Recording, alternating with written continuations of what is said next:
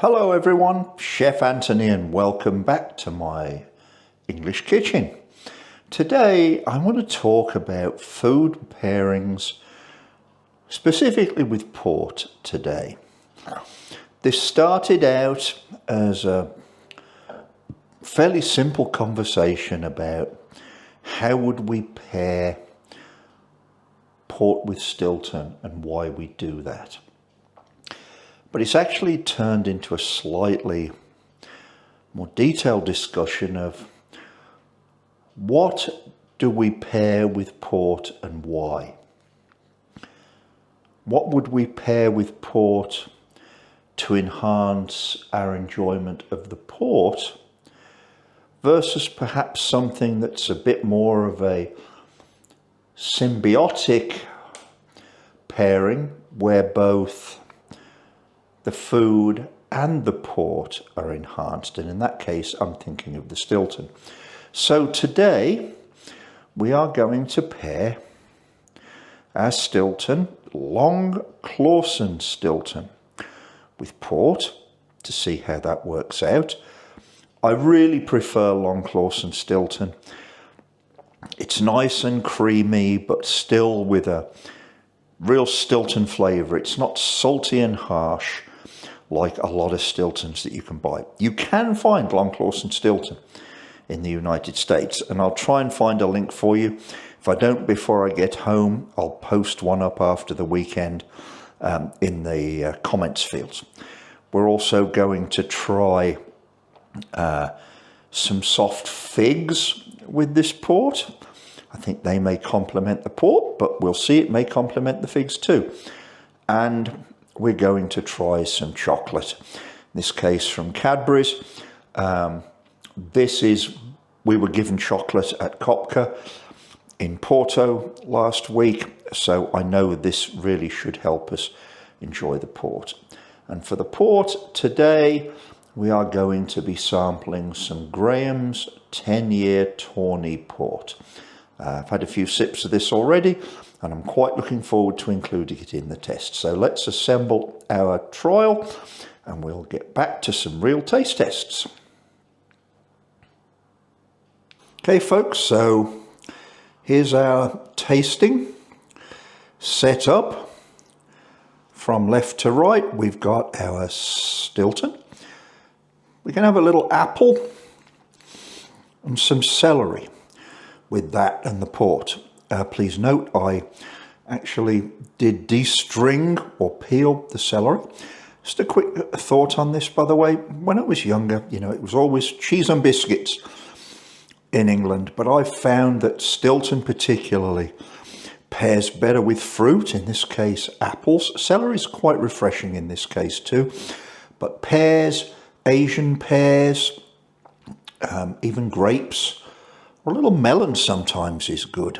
Next, we have some figs. We'll see how those work out. And then next to that, we've got some Cadbury's chocolate. Not much can go wrong with that. And some lovely Graham's 10-year Tawny port.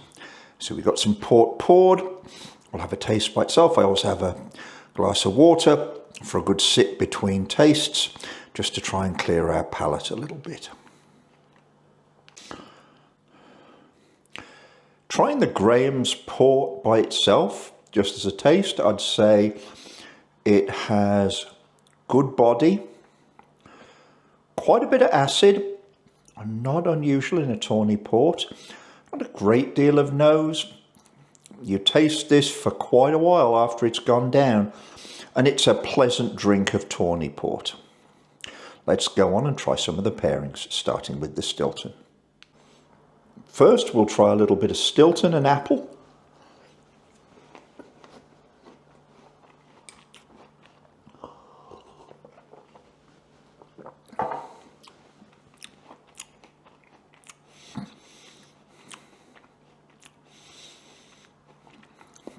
Well, I've done this one before. I would say this pairing, certainly the port helps to bring out the enjoyment of the Stilton. let's try it with the celery, which may be a cleaner taste test.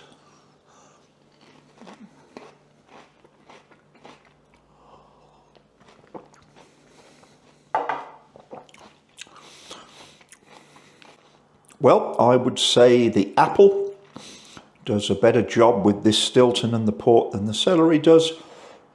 The celery's quite a refreshing mouthfeel if you were doing this after a meal. So now let's try a little bit of one of these figs and some of the port.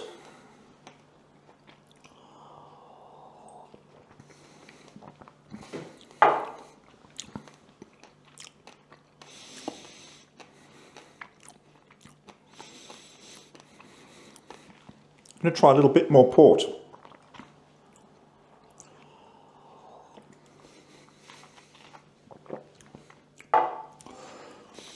We're definitely starting to creep in the little bit of the port coming out more to the fore. With the fig, it's certainly bringing out a little bit more fruitiness and jamminess in the Taylor's 10 year. So now let's try the chocolate. Not much, just one.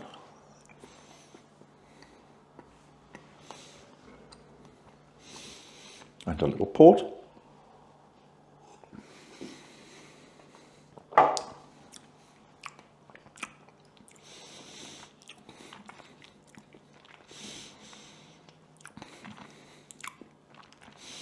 That's really drawing out the jammy, fruity flavours in the port. I suspect it's the sugar in the chocolate that's working that little bit like the sugars in the figs did. But certainly, if you're looking to just draw attention to the flavours of the port, chocolate would be the way to go.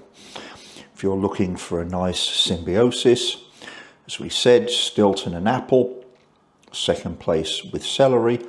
That's just a beautiful pairing. Sets your mouth alive with different flavours. I can't recommend this more. It's really worth doing. Why do we talk about wines here on this channel? I think it was Jeff Smith, it may have been somebody else who said that, tastes evoke memories. Now, the sous chef, you've heard me talk about her, my wife, is not a great drinker or drinker of wines in general. But I took her with me when we went to Kopka and Porto. She'd had a good taste of different ports at Sanderson's a few days earlier out in the Douro Valley. I gave her a glass of Kopka 10 year Tawny. I asked her, well, what do you think of that? She had a good sip and she said, well, it's Christmas. It's old-fashioned Christmas. I thought, I couldn't think of a better story to tell you to illustrate how wines matched with the right foods or just by themselves can really evoke memories that we've come to cherish.